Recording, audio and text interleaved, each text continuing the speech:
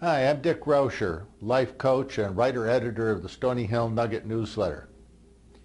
Did you know that virtually all of the unhappiness, loneliness, conflict, disappointment, and broken relationships that we experience in life are caused by unmet expectations?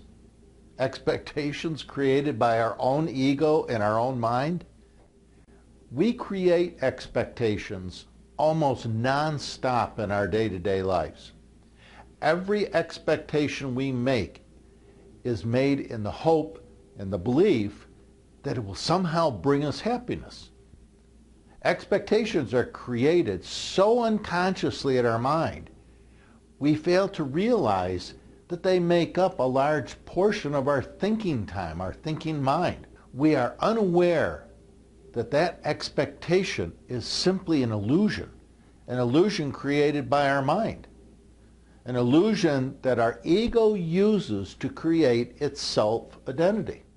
We fail to realize a paradox, and the paradox is that the hurt and disappointment we experience from virtually all of our expectations, because we always set them too high, but when we experience that disappointment of an unmet expectation, when it's not met exactly what we would like it to be, then that unhappiness is exactly what we were meant to create. If our expectation was actually met, isn't our happiness over with very quickly?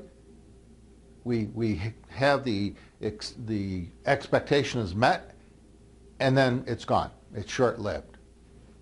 But when our expectation isn't met, our disappointment, that hurt and the feelings of loneliness and disappointment and abandonment, that lack of connection we feel, that uncared for, the resentment, guess what? That's going to go on for days and days and days, sometimes weeks. What we're looking at when we experience that is that our ego unconsciously is delighted and pleased. Why? Because our sad story is supported. And our ego tends to build its sad story, or its self-identification, on a sad story, not on a happy story. It takes a very conscious mind to make a happy life story. So remember, expectations are not real. They are ideas or thoughts created by our mind that have not yet happened. Kind of a thinly disguised hope that something good will happen in the future. The minute our ego mind creates the expectation, our ego then immediately attaches to the expectation and then uses that expectation as an important part of its self-identity. In other words, the moment the expectation is created in our mind, the ego believes and assumes that, oh boy, it will happen, that it should happen. And of course, our expectations don't always come to fruition. So it's important to remember that expectations are really rarely about achieving happiness.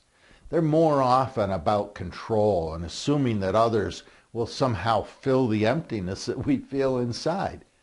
Our expectation that others can somehow magically remove the fear that we're going to be abandoned or to fill that emptiness that we have. So the bottom line is, if we really want to become happy, if we really want to achieve happiness in life, then we have to begin to drop all of our expectations, and we have to learn to pay attention. We have to learn to allow reality to just be what it is, to have the courage to pay attention to the expectations and those illusions that lie behind the disappointments and your negative feelings.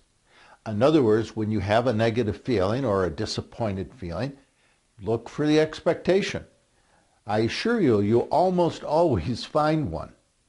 When we understand that our ego is unconsciously addicted to unhappiness, we're going to begin to understand that Dropping all expectations, and especially inner resistance to reality, is a very powerful spiritual practice if our goal is actually true happiness.